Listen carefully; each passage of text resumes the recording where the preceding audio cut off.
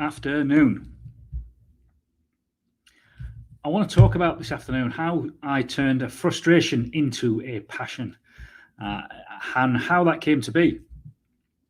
So I was asked this morning during an interview how I came to set up this construction training academy that I run, and where did it come from? Where did the idea come from?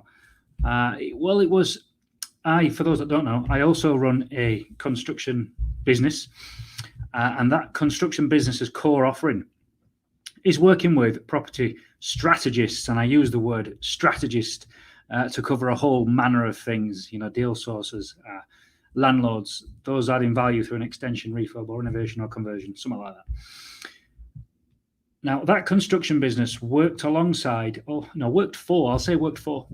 these strategists in a builder's capacity. And coming from a professional construction background, i.e. the corporate space, them corporate jobs working for local authority housing, landlords and big organizations come with a certain degree of need and professionalism that you must have in place in order to run a proper construction project.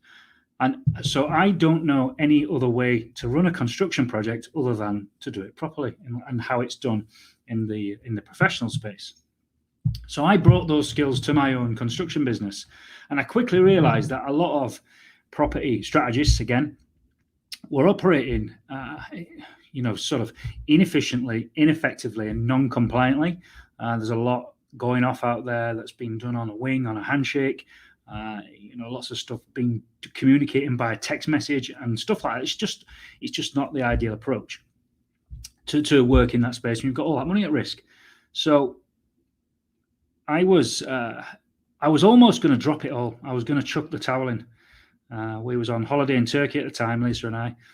We was on the beach, and I was airing my frustrations to her, and I'm saying, look, I can't fucking work with these people anymore. I'm asking for information, it's just not coming. I'm asking people for a spec, and I'm asking people for a program, and they don't know what I'm talking about, and I'm getting really pissed off with it.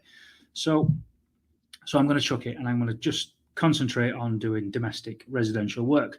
And she was like, well, why would you do that? Why don't you set up a training academy? You like teaching, you like coaching, you're ex-military training instructor. So use them skills and set up this training academy and teach these folk how to actually work with you. And it was, do you know what? Yeah, okay.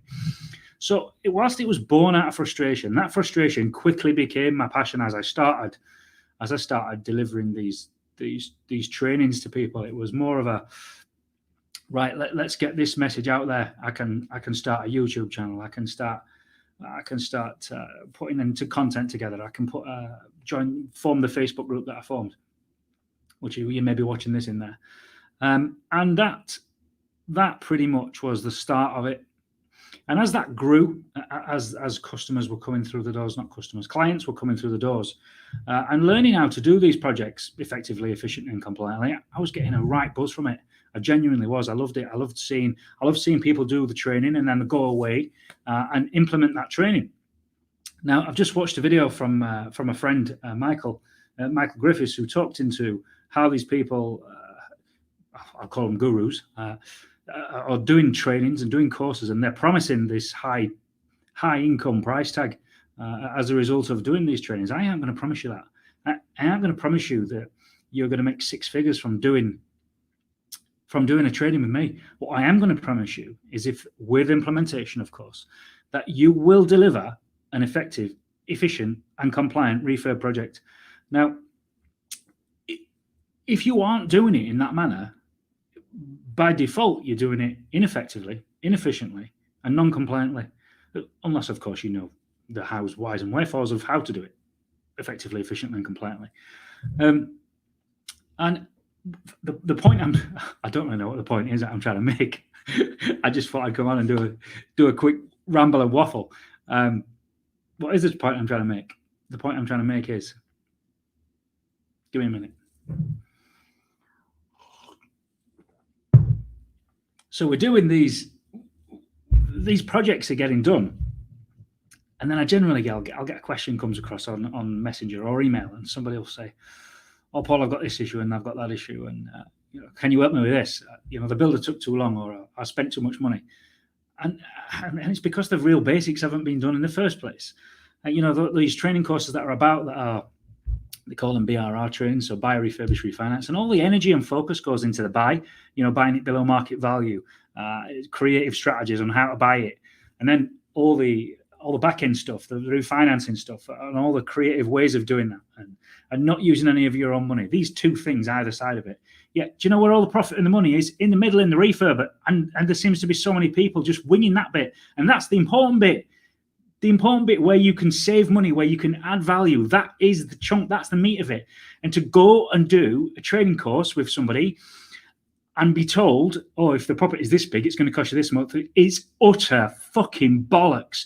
You cannot price up a refurbishment project based upon the size of the properties. Utter nonsense. And anybody that's operating in that manner, in that space, you are just guessing. You're guessing that number. The number of times I see deals come across the line and they say, oh, you can buy it. We bought it for 50 and it's going to be worth 100 back end. And then some twat has just gone, yeah, and the refurb's 25 grand. But that 25 grand is not based on nothing at all. And they quickly get into the meat of the project and they find that refurb might be 70, 80, 100 grand or whatever it is. But the point being that 25k in the first place was never assessed properly. All the energy went into the purchase price and the revaluation at the end.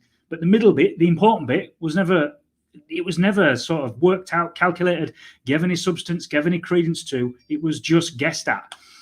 And people are entering into this space with very, very little knowledge. And I'm coming across like I'm getting frustrated again, but I'm not. My passion is to show you how to get that number right, to get that refurbishment number right. Come and learn how to do it. We've got a couple of trainings coming up. We've got the BOG training, which has been I didn't think about the acronym, the BOG. It's called Boots on the Ground, and I'm getting messages asking about the BOG training. I'm like, fucking BOG training, what's that? And I never even realised that's what it was. But there you go. That's in October, the 9th of October. It's a full day with us and the team, and it is less than, I don't even know how much it is. I think it's 200 quid. It might be 250 quid. I can't remember. www.constructiontrainingacademy.com/boots-on-the-ground. I ought to have called it just BOG now. It'd been easier. Come along to that and get some tips and hints, guidance on how you can put these packages together. If you're a deal packager and you're looking at packaging up deals to sell on, make sure you've got that refurb number right, because if you get it wrong, you're not going to get any repeat business off that client. If you're a tradesman and that you're a tradesman looking to deliver that whole package for your client instead of just your bit, if you're the sparky just doing the rewire, why don't you take on the plastering, the kitchen fit, the joinery, all the rest of it, and learn a process and a system on how to do that. Get in touch with us, drop us a message, drop us a DM, drop us an email, jump on the website, jump on YouTube, jump anywhere, jump in the group, drop us a comment on here. Hope to hear from you soon. I've rambled on enough. That's 8.5 minutes. It's longer than I normally care to do. Speak soon. Ciao.